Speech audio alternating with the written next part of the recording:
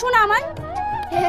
আমি খাবো না, আমি খাবো না, আমি খাবো না।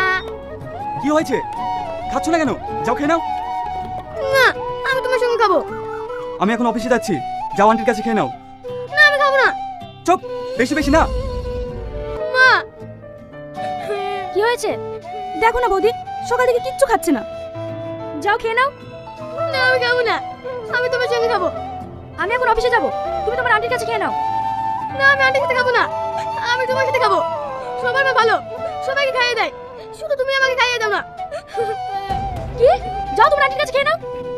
আর তুইও হয়েছিস তেমন, একটা বাচ্চাকে সামলাতে পারিস না। দেখেন বৌদি, আমি যতই সামলাই না কেন, আমি একজন কাজের মেয়ে, মা তো আর না।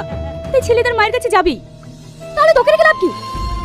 বৌদি, তুমি তো আমাকে বলছো তুমি তো সারাদিন অফিস নিয়ে ব্যস্ত থাকো, কিন্তু এই ছেলেটার কথা একবারও ভেবেছো? ওর কি দোষ বলো?